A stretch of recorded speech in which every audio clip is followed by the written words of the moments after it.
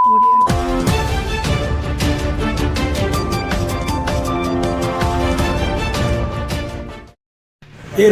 పెద్దపల్లి జిల్లా కలెక్టర్ కోయ శ్రీ హర్ష పెద్దపల్లి పట్టణంలోని ఫెర్టిలైజర్ షాపులను సందర్శించడం జరిగింది. ఈ సందర్భంగా తను మాట్లాడుతూ యూరియా కొరత లేదని, మొబైల్ యాప్ ద్వారా రైతులు యూరియాను వారికి అవసరం ఉన్నంత పొందవచ్చని తెలియజేశారు.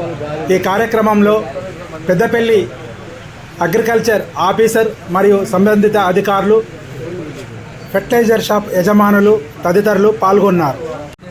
యూరియా షార్టేజ్ వచ్చింది, లేకపోతే అన్నెసరీ అప్రహెన్షన్స్ కొంతమంది ఫార్మర్స్ ఉన్నాయంటే మాకు యూరియా వచ్చిందో లేదో, లేకపోతే కొంతమంది ఎక్కువ తీసుకుంటున్నారు, అట్లా కొన్ని ఇష్యూస్ ఉన్నాయి. కాబట్టి మనం లాస్ట్ 1 month నుంచి పెద్దపల్లి డిస్ట్రిక్ట్ ఒక యాప్, యూరియా ట్రాకింగ్ యాప్ అని ఒకటి ప్లాన్ చేశాము. అంటే ఏ ఫార్మర్ ఎంత తీసుకుంటున్నారు, ఏ షాప్లో తీసుకుంటున్నారు, తర్వాత ఎంత యాక్చువల్గా ఆయన ఎకరేజ్ బట్టి, అంటే 2 ఎకరాలకు ఎంత కావాలి, లేకపోతే ప్రస్తుతం ఎంత తీసుకుని మొత్తం ఒక యాప్ వర్క్ చేసి లాస్ట్ 10-15 days నుంచి మనం వర్కౌట్ చేస్తున్నాం. సో దానివల్ల మనం ఏ ఫార్మర్ ఎక్కడ తీసుకున్నారు, ఎంత తీసుకున్నారు, ఏ డీలర్ దగ్గర తీసుకున్నారు, తర్వాత ఈ సీజన్కి ఎంత కావాలో మొత్తం కూడా మన కంప్లీట్ ఐడియా వచ్చింది. సిమిలర్ ఐడియాని మనం state government department of agriculture వల్ల చెప్తే దాన్ని వాళ్ళు ఇంకొంచెం స్టేట్ మొత్తం కూడా సిమిలర్ ఫర్టిలైజర్ బుకింగ్ యాప్ చేస్తున్నారు అనమాట.